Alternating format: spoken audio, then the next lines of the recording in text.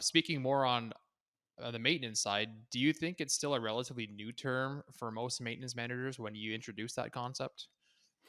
Maybe it depends on how it's introduced, right? I think if you said, "Hey, we're going to digitally transform your maintenance department," I think some people might be like, "Okay, well, what does that mean?" Right? But the reality is, I think one of the most obvious ways to digitally transform a maintenance department is to bring in a CMMS system, right? And that's a very familiar term for maintenance folks. I mean, it's been around for a while, right? CMMS is literally an acronym for Computerized Maintenance Management System, right? And now a lot of these systems operate in the cloud, so maybe the acronym needs updating along the way. But yeah, I don't think it's a foreign concept at this point. I think more people are aware of it.